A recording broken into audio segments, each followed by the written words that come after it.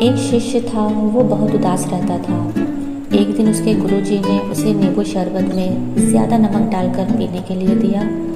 तो उसने कहा, इसमें शक्कर डाल देंगे तो ये पीने के लायक हो जाएगा। दोस्तों, जाने अनजाने में हुई गलतियों को भूलकर हमें आगे बढ़ना चाहिए।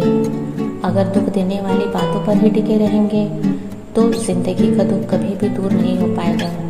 इसीलिए बुरी बातों पर नहीं, अच्छी बातों पर ध्यान देना चाहिए। इस संबंध में एक कहानी बहुत ही मशहूर है। पुराने समय में किसी गुरुकुल में एक शिष्य रहता था। वो बहुत उदास रहता था। उसके गुरु उसे रोज़ देखते, लेकिन सोचते कि कुछ दिनों में ही इसका मन ठीक हो जाएगा। काफ़ी दिन बीत जाने के बाद भी शिष्य आश्रम में दुखी ही रहता था। एक दिन गुरुजी ने उससे कहा, आज शाम को तुम मेरे पास आना, मुझे कुछ बात करनी है। शाम को पढ़ाई पूरी होने के बाद वो शिष्य गुरुजी के पास पहुंचा। तो गुरुजी ने उससे कहा कि तुम इतने उदास क्यों रहते हो। वो बोला, गुरुजी, बीते समय में मेरे परिवार में बहुत परेशानियां एक साथ आ गई थी। पुरानी बातों को याद करके मेरा पूरा परिवार बहुत दुखी रहने लगा था।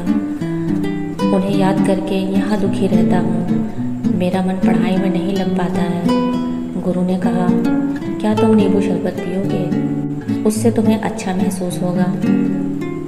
शरबत के लिए शिष्य मान गया। गुरु ने शरबत बनाया और जानबूझकर उसमें नमक ज़्यादा डाल दिया।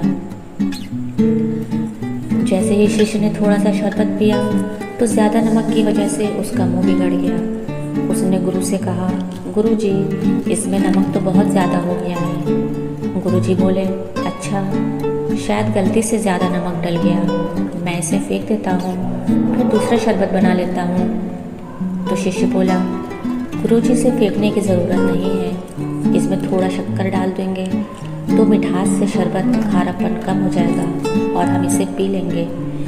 गुरुजी बोले, बिल्कुल सही बात है। ठीक इसी तरह जब हमारे जीवन में बुरा समय आता है तो हमें भी दुख देने वाली बातों को भूलकर जीवन के अच्छे अनुभवों पर ध्यान लगाना चाहिए।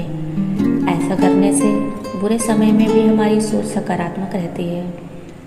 अगर हम बीते समय की दुख देने वाली बातों पर ही टिके रहेंगे तो जीवन का दुख कभी खत्म नहीं हो पाएगा। इसलिए सिर्फ अच्छी बातों पर ध्यान लगाना चाहिए।